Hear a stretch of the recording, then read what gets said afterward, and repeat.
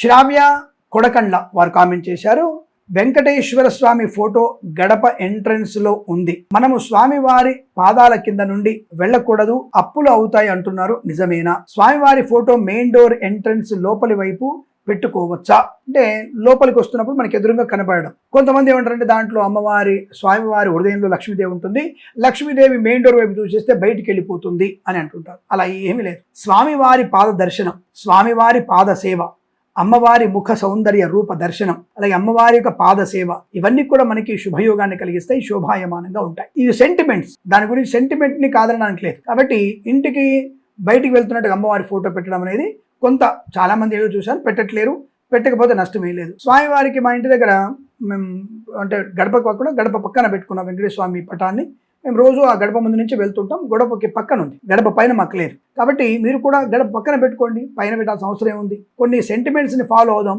మన దేవుడే కదా, మన ఇంట్లో ఉండేవాడు కదా, కాబట్టి దాని గురించి ఇబ్బంది లేదు. కానీ కాళ్ళ కింద నుంచి వెళ్తున్నట్టుంటుంది, అప్పులు అవుతాయి అనేది మాత్రం అబద్ధము. స్వామివారి సర్వదా శ్రేష్ఠుడు, ఆయనకి ఆపాద మస్తకం మనం చూసి తరించేటువంటి తత్వం. ఆయన కాళ్ళకి వెళ్తే మనల్ని ఎందుకు నష్టం చేస్తాడమ్మా? ఆలోచించండి కొద్దిగా. ఆయన భగవంతుడు మనల్ని రక్షించేవాడు, ఆయన భక్షకుడు కాదు, రక్షకుడు. కాబట్టి ఆయన కాళ్ళకి వెళ్ళినా మనకి ఏమి నష్టం కలగదు, మోక్షాన్ని పొందుకుంటూ కావాలంటే. కాబట్టి మీరేం కంగారు పడకండి, అలా ఉన్నా నష్టము లేదు.